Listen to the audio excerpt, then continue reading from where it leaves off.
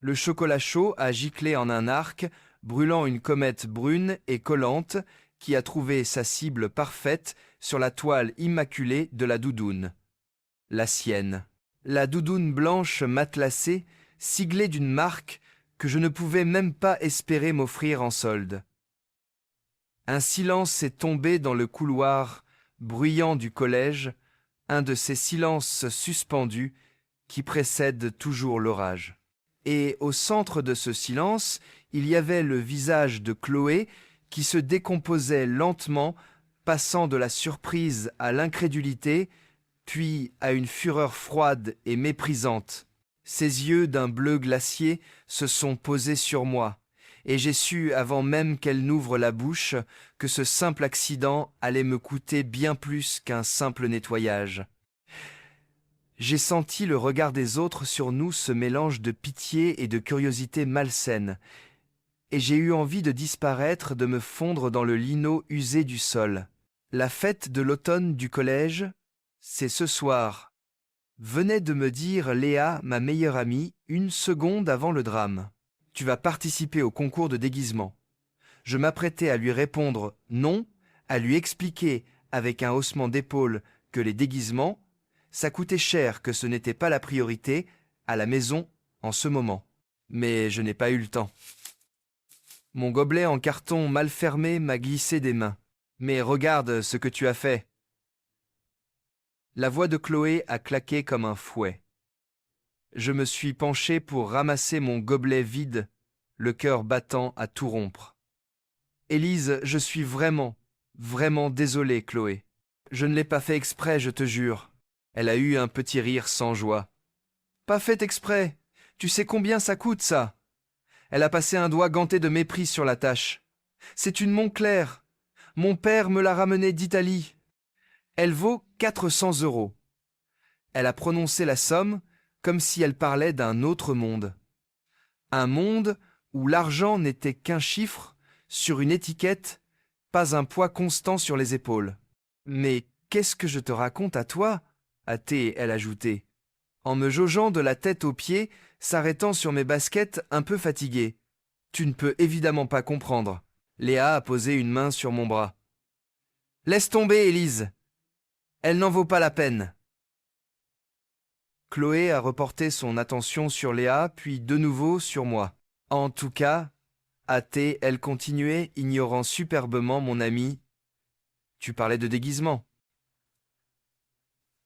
Tu allais dire que tu allais en fabriquer un. Rouge m'est monté aux joues.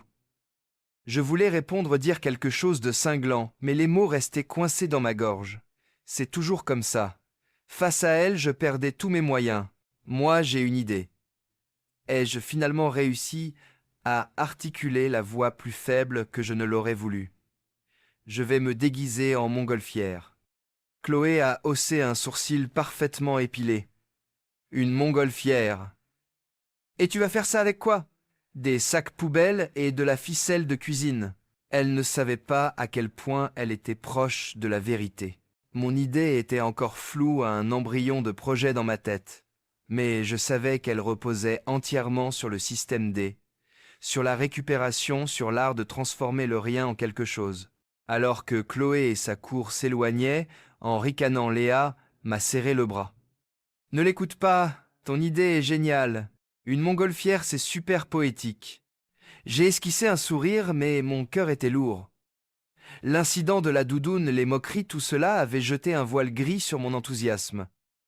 Pour réaliser mon projet, il me fallait des choses que je n'avais pas.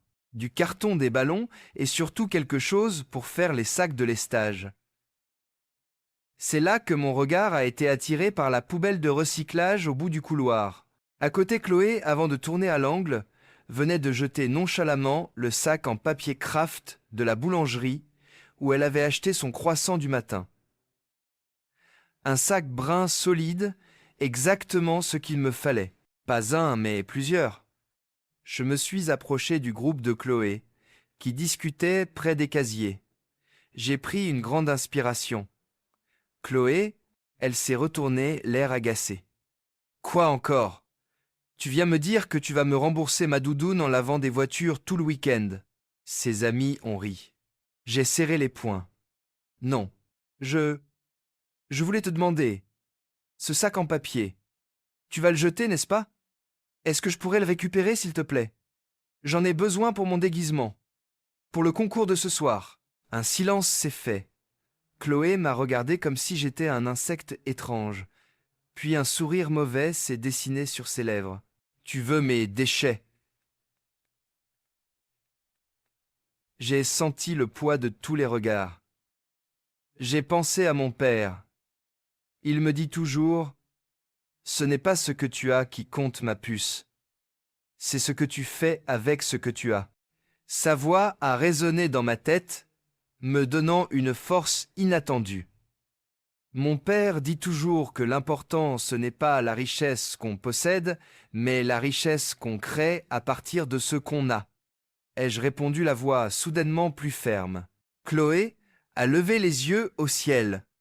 On dirait une phrase de pauvre, ça. Elle a fait un pas vers la poubelle, a tenu le sac au-dessus du trou béant. Tu le veux vraiment? A-t-elle demandé, un défi dans le regard. J'ai hoché la tête, incapable de parler. Alors, va le chercher. Dans la poubelle. Elle a lâché le sac, qui est tombé mollement au milieu des emballages de gâteaux et des bouteilles en plastique vides. Le rire de ses amis a fusé strident. Je suis resté figé une seconde, le visage en feu. L'humiliation était totale. Je pouvais faire demi-tour, l'envoyer promener et trouver une autre solution. Mais ce sac, il était parfait. Et au-delà du sac, il y avait le défi. Céder, c'était lui donner raison. C'était admettre que j'étais ce qu'elle pensait que j'étais. Lentement, je me suis approché de la poubelle. J'ai plongé la main à l'intérieur, mes doigts effleurant une peau de banane et un pot de yaourt collant.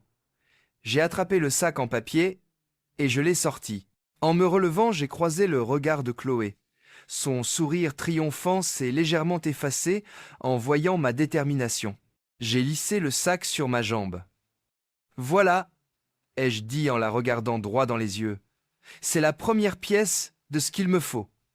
Merci. » Puis j'ai tourné les talons, la tête haute, en sentant Léa me rejoindre et me glisser un bras réconfortant autour des épaules. Dans ma main, le sac en papier froissé me semblait aussi précieux qu'un trésor.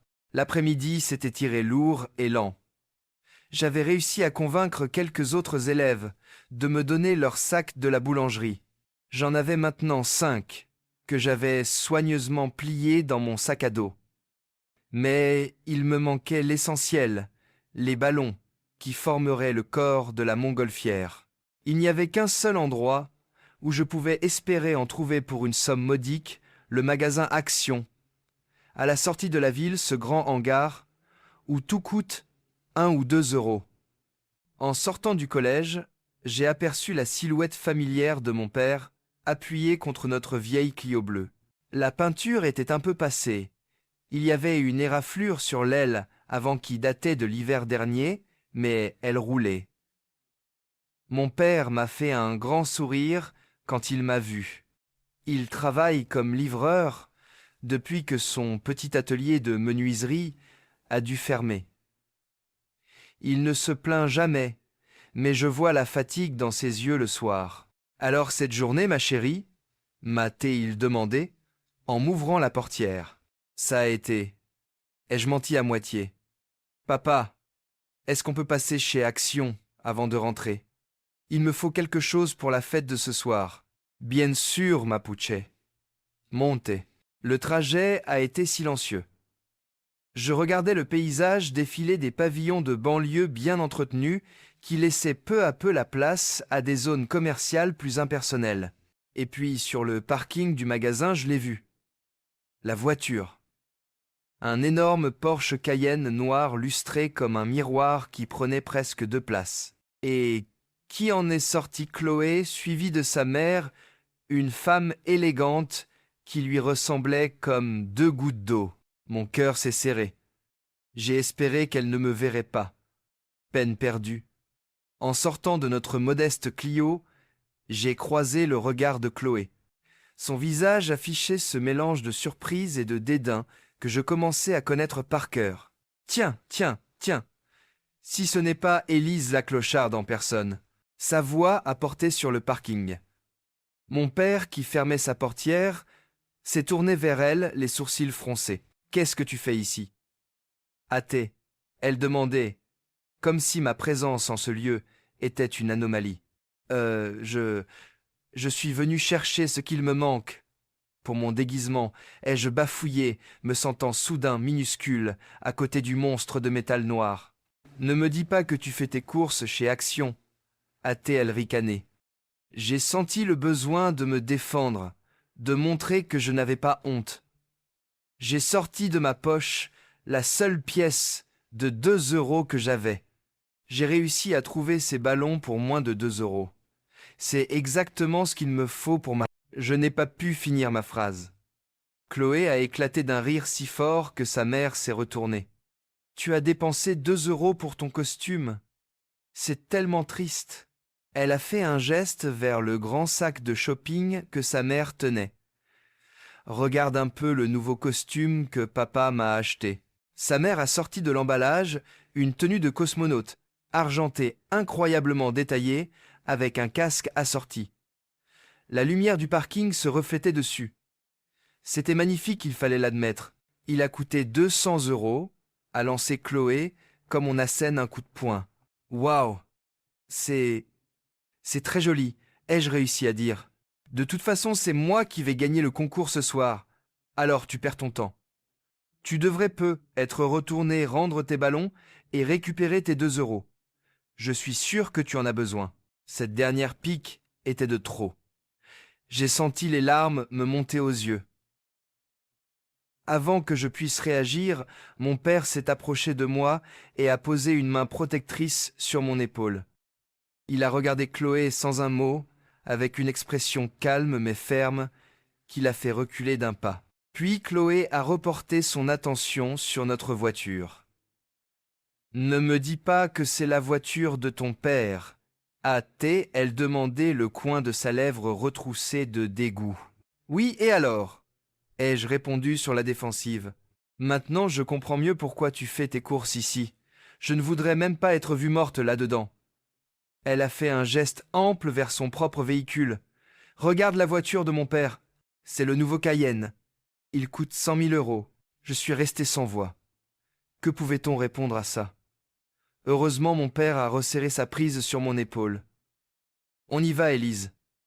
On a des choses plus importantes à faire. » Alors que nous nous dirigions vers l'entrée du magasin, j'ai entendu Chloé lancer une dernière moquerie, mais je me suis forcé à ne pas l'écouter. Une fois à l'intérieur dans les allées remplies de 1001 babioles, bon marché, mon père s'est tourné vers moi. « Chava mapuche !» J'ai hoché la tête, mais il a bien vu que non. Ne laisse pas des gens comme ça te blesser. La valeur d'une personne ne se mesure pas à la taille de sa voiture ou au prix de ses vêtements. Jamais.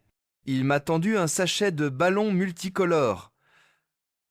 Alors cette montgolfière, on l'a construit. Son sourire a suffi à chasser une partie de mon chagrin. J'ai attrapé le sachet. Oui, on allait la construire, et elle serait magnifique. Sur le chemin du retour, alors que je lui expliquais plus en détail mon idée, il a soudainement freiné près d'une zone de recyclage à côté d'une rangée de pavillons. « Attends-moi là une seconde, a-t-il dit, un éclair dans les yeux. » Il est descendu de la voiture et est revenu quelques instants plus tard en brandissant un grand carton plat parfaitement propre. Il avait dû servir d'emballage pour une télévision ou un meuble. « J'ai pensé que tu pourrais t'en servir pour ta nacelle, a-t-il dit avec un clin d'œil. Mon visage s'est illuminé. C'était parfait, absolument parfait. En remontant dans la voiture, Chloé m'a aperçu par la vitre arrière de son Cayenne alors qu'il nous doublait. Elle a vu mon père et moi, tout fiers avec notre carton de récupération.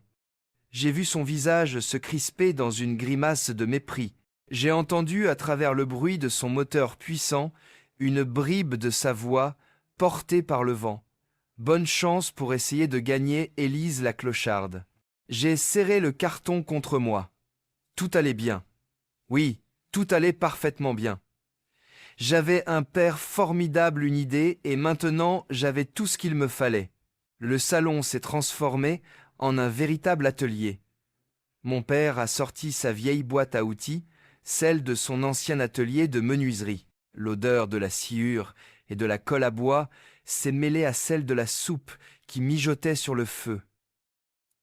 Nous avons étalé le grand carton sur le sol. Avec un cutter et une règle en métal, mon père m'a aidé à découper les formes précises pour construire la nacelle. Ses mains si habituées à travailler le bois maniaient le carton avec une dextérité fascinante. Il ne disait rien, mais je sentais sa concentration, son plaisir de créer quelque chose avec moi. Pendant qu'il assemblait la structure avec du gros ruban adhésif, je me suis attaqué à la décoration. Avec un simple marqueur noir, j'ai commencé à dessiner un motif d'osier tressé sur les parois en carton.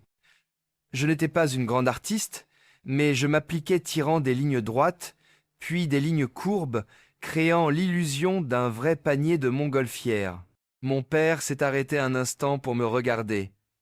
C'est incroyable, ma puce. On dirait du vrai. Ces encouragements m'ont donné des ailes. Ensuite, je me suis occupé des sacs de lestage. J'ai pris les sacs en papier kraft que j'avais récupérés au collège. Je les ai remplis de vieux journaux froissés pour leur donner du volume et du poids, puis j'ai soigneusement replié le haut et les agrafé. J'ai utilisé de la ficelle de cuisine pour les attacher aux quatre coins de la nacelle en carton. Le résultat était étonnamment réaliste. Puis est venu le moment le plus délicat, le ballon. Nous avons gonflé les ballons multicolores un par un. Il y en avait une trentaine. Le salon s'est rempli de couleurs vives et de l'odeur caractéristique du caoutchouc.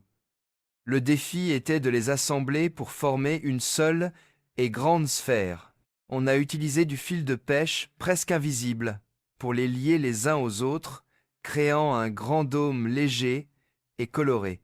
Mon père a ensuite fixé 4 longs morceaux de ficelle solide à la base de notre amas de ballons, et nous les avons reliés à la nacelle. Quand nous avons soulevé l'ensemble, c'était magique. La structure tenait. La nacelle en faux osier pendait gracieusement sous le dôme flottant de ballons. Ça fonctionnait. Ma montgolfière existait. Je me suis regardé dans le miroir de l'entrée. J'avais enfilé un pull marron et un pantalon simple. J'ai passé les bretelles faites avec de la ficelle sur mes épaules. La nacelle m'arrivait à la taille. Au-dessus de ma tête, la grappe de ballons multicolores tanguait doucement à chacun de mes mouvements. Je n'étais plus Élise. J'étais une aérostière.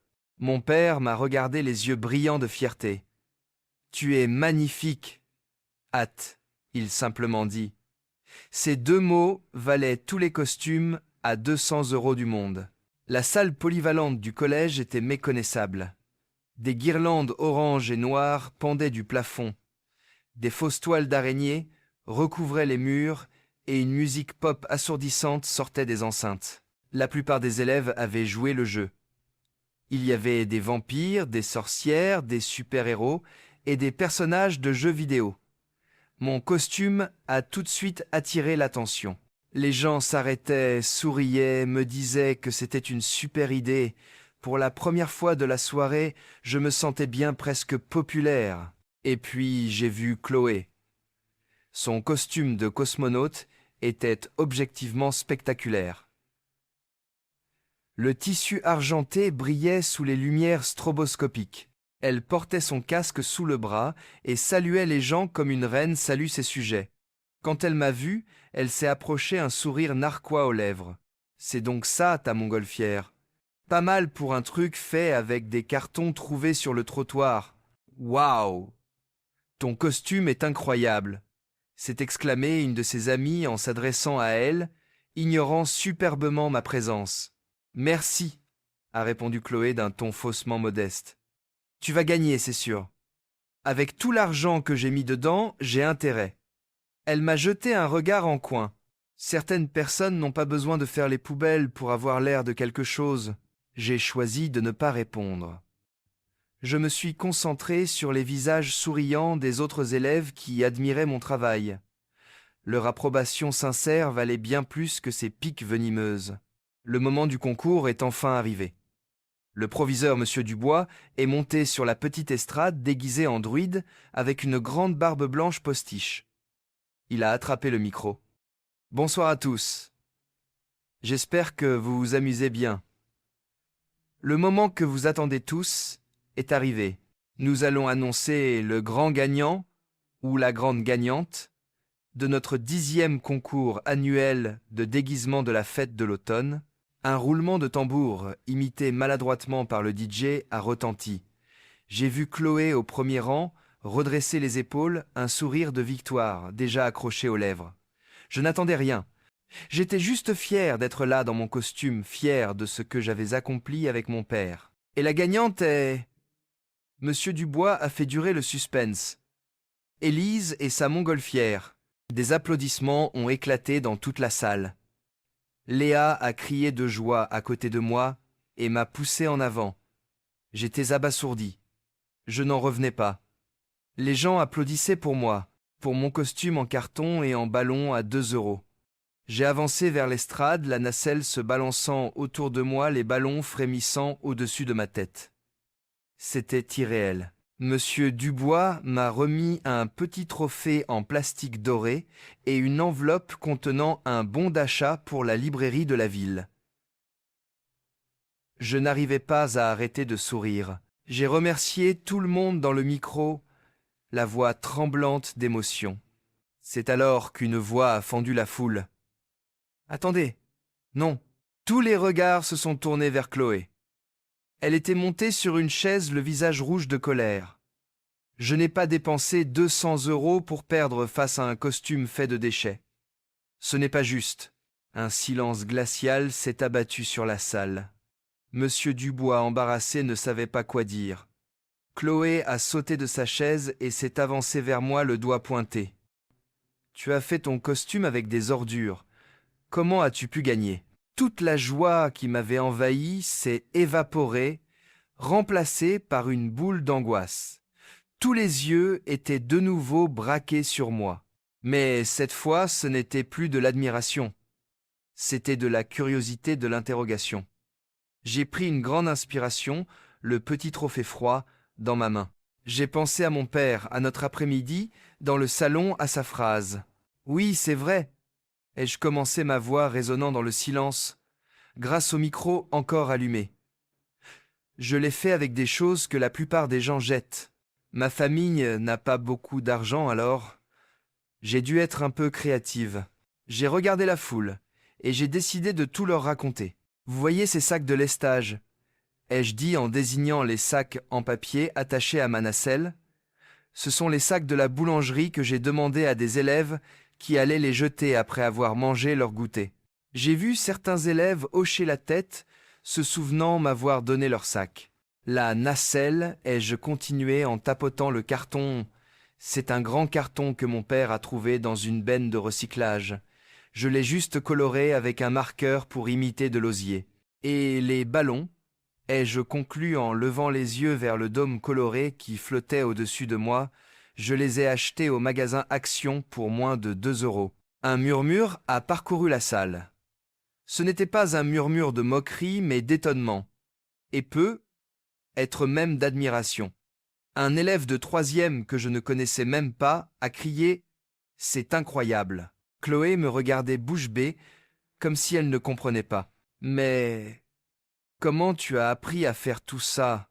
a-t-elle finalement demandé, sa colère s'étant transformée en une véritable incrédulité. J'ai souri à un vrai sourire, cette fois libéré de toute la pression. J'ai pensé à mon père qui m'attendait dehors dans sa vieille Clio. Un homme très sage m'a dit un jour... Ma voix s'est étranglée d'émotion, mais j'ai continué. Il m'a dit que ce qui est important, ce n'est pas la quantité de choses que l'on possède. C'est ce que l'on arrive à créer avec ce que l'on a. Un applaudissement a commencé timide d'abord, puis il a enflé, remplissant toute la salle. C'était plus fort, plus chaleureux que la première fois. Les gens ne m'applaudissaient pas seulement pour mon costume. Ils applaudissaient pour l'histoire derrière le costume. Chloé est restée là au milieu de la salle complètement désemparée. « C'est ridicule !» a-t-elle marmonné à ses amis. « Venez, on s'en va !» Elle a tourné les talons et a quitté la fête, son magnifique costume de cosmonaute semblant soudainement vide et sans âme. Alors que les gens venaient me féliciter, Léa m'a prise dans ses bras. « Je suis si fière de toi. » Quand je suis sorti un peu plus tard, l'air frais de la nuit m'a fait du bien. Mon père était là adossé à la voiture, comme tout à l'heure. Il m'a vu arriver le petit trophée à la main. Il n'a rien dit. Il s'est contenté d'ouvrir grand les bras. Je me suis blotti contre lui. Le carton de ma nacelle s'est écrasé doucement contre son blouson. Sur le chemin du retour, dans le silence confortable de la Clio, j'ai regardé les lumières de la ville défiler. Le trophée était posé sur mes genoux. Il n'était fait que de plastique, mais il me semblait plus lourd et plus précieux que l'or. Ce n'était pas seulement une victoire dans un concours de déguisement, c'était la preuve que la créativité, l'amour et l'ingéniosité pouvaient briller plus fort que toutes les étiquettes de prix du monde. C'était la preuve que parfois, c'est en partant de rien que l'on arrive à construire les plus belles choses. Et cette leçon, je savais que je la garderais en moi pour toujours bien plus précieusement que n'importe quelle doudoune de marque.